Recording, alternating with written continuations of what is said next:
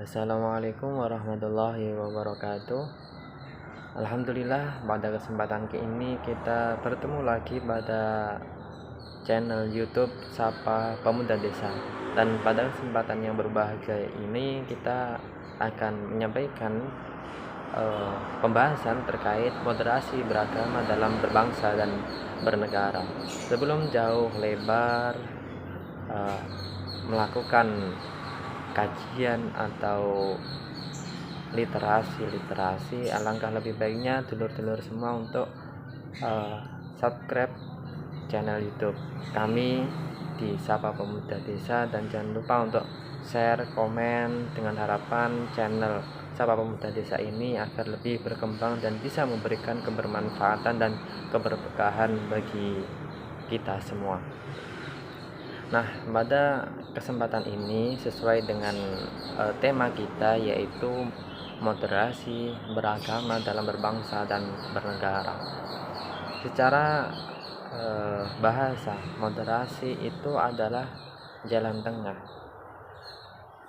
Moderasi itu jalan tengah. Kita biasanya dalam seminar atau webinar itu kita jumpai yang namanya moderator. Moderator itu adalah seseorang yang menjadi penengah atau menjadi perantara antara audiens dengan narasumber. Jadi posisinya moderator ini berada di tengah-tengah. Jadi secara istilah, moderasi beragama ini adalah beragama dengan jalan tengah. Artinya apa?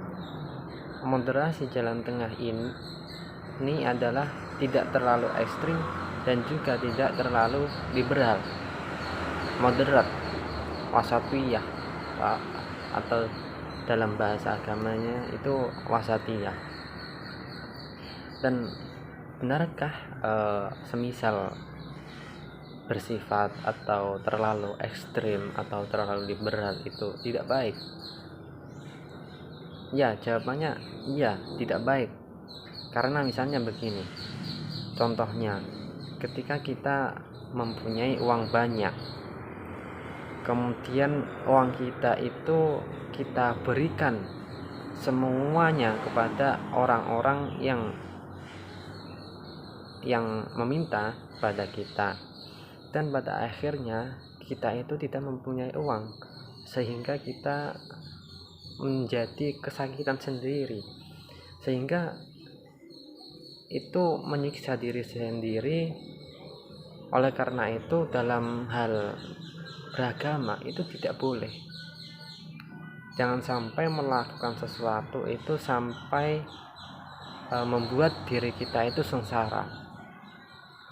Atau di contoh lainnya, dalam sisi terlalu liberal, misalnya kita itu tidak tahu batasan agama tentang ibadah dan akidah. Misalnya begini, ketika orang lain atau umat lain itu melaksanakan ibadah, itu kita tidak serta-merta ikut dalam ibadahnya, karena itu sudah menyangkut ibadah dan juga keyakinan atau akidah. Makanya di sini orang-orang moderat ini juga ada batasannya. Bukannya orang moderat itu tidak punya prinsip, tidak, melainkan juga punya prinsip bahwasanya itu orang moderat itu bisa menegakkan Islam rahmatan lil alamin, Islam sebagai rahmat seluruh alam. Dan dalam konteks ini, dalam konteks berbangsa dan bernegara, perilaku ekstrim, perilaku liberal itu ada kriterianya. Bisa dikatakan ekstrim itu ada kriterianya atau ada batasannya. Kegiatan atau perilaku ekstrim dikatakan ekstrim itu apabila melanggar nilai-nilai kemanusiaan. Misalnya, pada beberapa bulan yang lalu terjadi bom bunuh diri. Itu merupakan pelanggaran nilai-nilai kemanusiaan. Karena di situ orang yang menjadi korban itu merupakan orang-orang yang tidak bersalah. Jadi ini sangat ditentang keras dalam agama, karena agama tidak mengajarkan kekerasan. Dimanapun agama itu tidak ada mengajarkan yang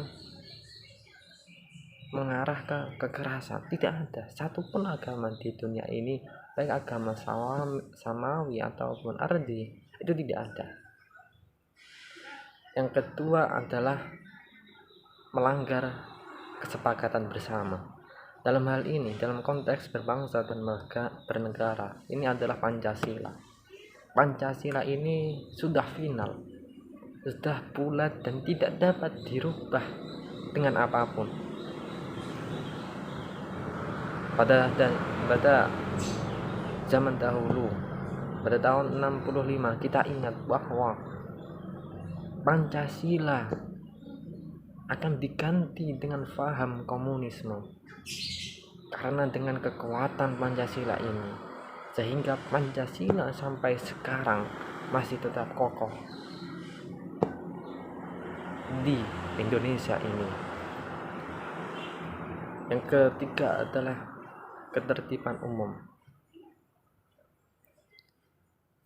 Perilaku itu dikatakan ekstrim apabila melanggar ketertiban umum. Misalnya, melaksanakan sholat 5 waktu itu di tengah jalan, itu melanggar ketentuan atau melanggar ketertiban umum. Karena sudah banyak masjid-masjid yang digunakan untuk beribadah. Jadi orang-orang yang seperti itu sangat tidak mencerminkan nilai-nilai Islam sebagai rahmat bagi seluruh alam. Jadi hadirin pemirsa, nonton YouTube channel Sapa Pemuda Desa ini, mari kita membuka mindset kita bahwa moderat itu tidak salah, moderat itu benar, moderat itu punya prinsip dan punya batasan-batasannya. Kemudian juga, apakah sama moderasi dengan toleran? Terkadang memaknai toleran dan moderasi itu bagi orang awam itu hampir sama. Tapi dalam konteks hal ini kita telah bersama bahwa moderasi itu adalah proses dan nanti hasilnya itu adalah toleran. Jadi moderasi itu adalah proses, moderat itu adalah proses, dan toleran itu adalah hasil dari sikap toleransi itu menghasilkan,